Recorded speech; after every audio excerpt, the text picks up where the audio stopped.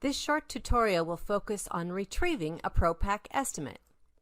After you had time to pack the item and it's ready to ship, in PostalMate, click on Pack. Choose Retrieve ProPack Estimate. Select the correct package from the list and choose OK. Place the package on the scale and verify the weight. Choose OK. In this review window, we'll compare the weight and dimensions from our estimate to the actual finished package weight and dimensions.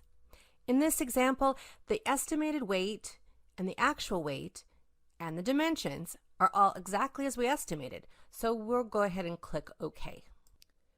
Your labels will print with tracking numbers. Unless you have another package ready to retrieve, click Close. In many cases, it really will be that simple.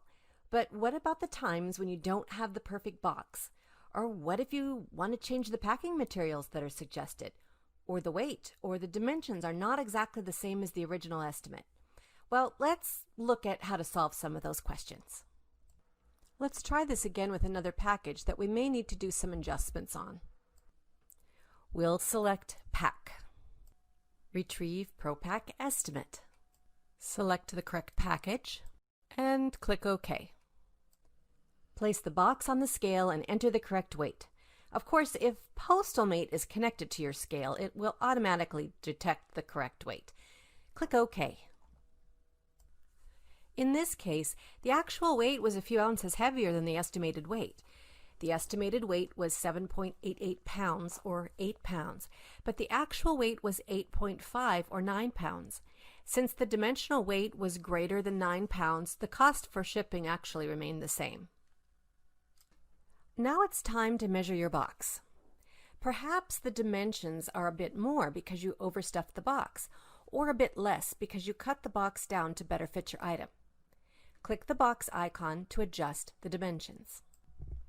If I use the example of cutting down the box, I'll need to reduce the second dimension to the correct amount. In this case, we'll make it 11 inches. Changing the dimension will change the shipping price. Click OK. The price for shipping is now $4 less. Where did that $4 go? Well, that $4 goes in your pocket under ProPack. There will be slight differences in ProPack estimates due to weight or box size changes from time to time. Some will be in your favor, like this one, some will not, but most of the time the difference is small and overall you'll likely find that it all evens out in the end. Most of our customers find that when they stop forgetting to charge for little things like bubble wrap, the money they make on packaging and shipping goes way up. Now I could click on OK and print my labels, or if I change the type of box or packing materials I actually used on this job, I could click on Packaging Materials to edit materials used. If you used a different box or some different type of material, you could add it or change it here. You could remove a box you didn't use and add the one you did. And if you're keeping track of inventory, this is an important step. For example, I'm going to change the quantity of bubbles I used.